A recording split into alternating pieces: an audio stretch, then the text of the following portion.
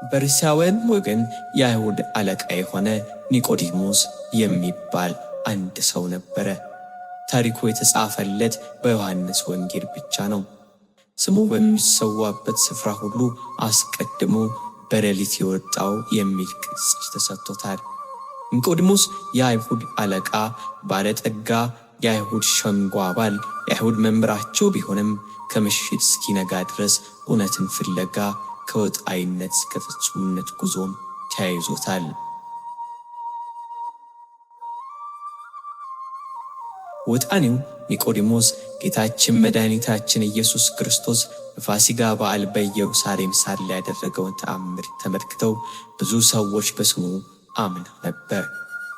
ያ ወቅት ጌታችን በቃና ዘገሊላ ሰርግ ቤት ውሃን ወይን ያደረገበትና በቤተ መቅደስ ይሸጡ ይለውጡ የነበሩትን ገሥጾ ያስወጣበት ነበር።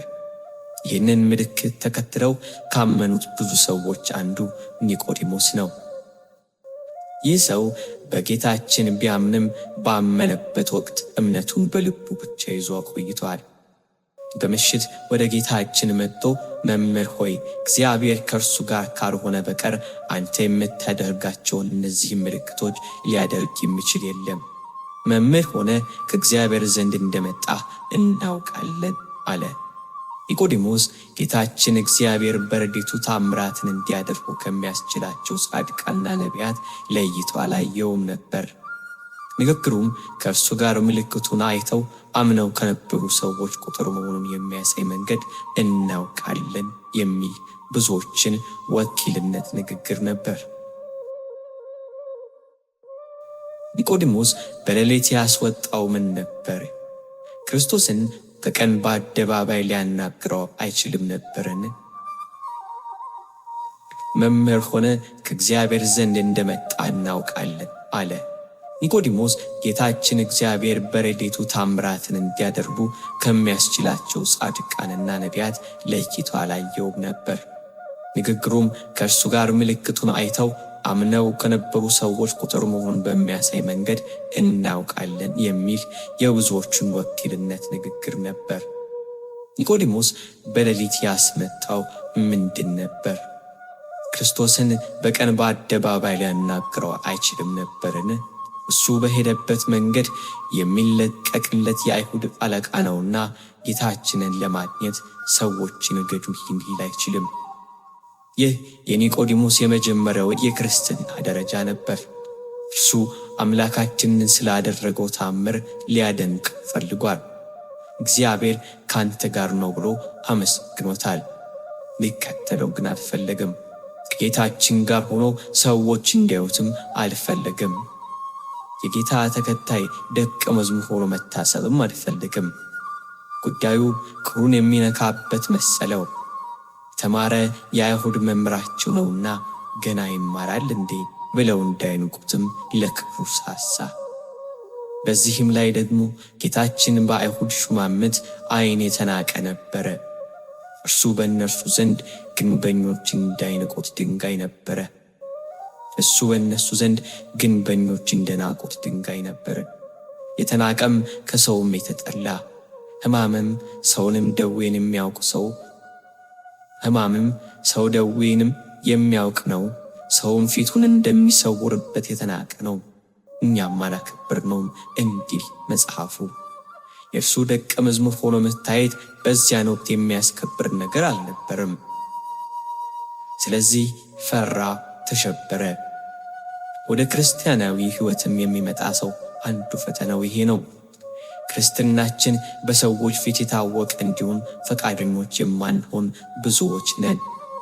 የቤተ ክርስቲያን ሰው ተብሎ ላለመታየት የሚሸሹ ብዙዎች ናቸው።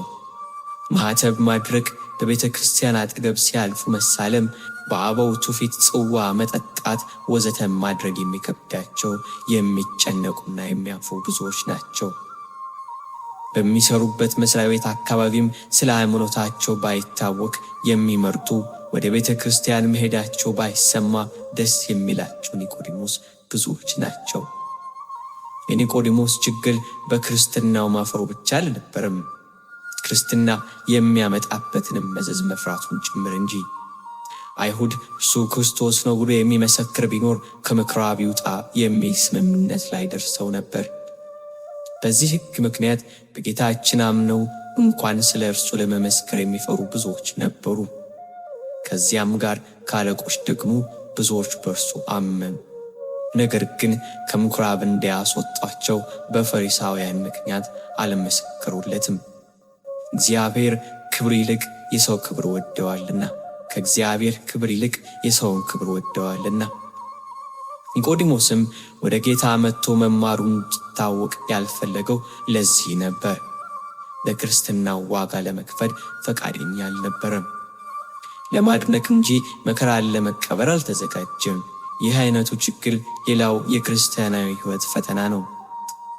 ስለ እርሱ ደግሞ መከራን ልትቀበሉ እንጂ በእርሱ ልታምኑ ብቻ አይደለም የሚለውን መመሪያ እንደ ክርስቲያኖች አልተቀበለም። ብዙዎቻችን ክርስትናችንን እንፈልገዋለን።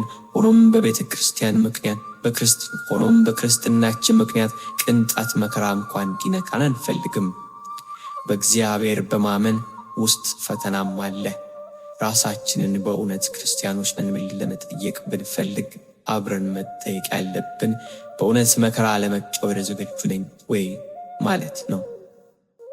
በእግዚአብሔር በማመናችን ምክንያት ምን የከፈልነው ዋጋ አለ?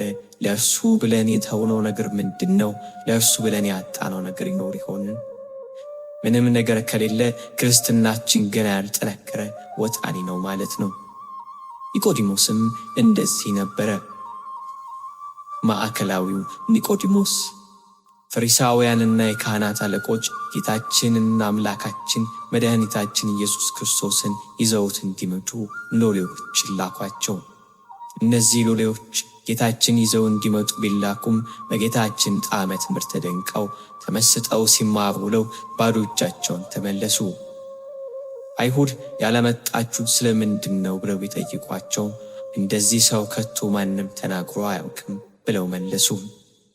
ይህን ጊዜ አይሁድ ተቆጥተው ሎሌዎቹን እናንተ ደግሞ ሳታችሁ፣ ከአለቆች ወይንም ከፈሪሳውያን መካከል በእርሱ ያመነ ሰው የለም ብለው ከሰሷቸው። እናንተ ያመናችሁትን ባለማወቃችሁ ነው፣ ከእኛ ከአዋቂዎች ማን በእርሱ አመነ ብለው ሊያሸማቅቋቸው ሞከሩ።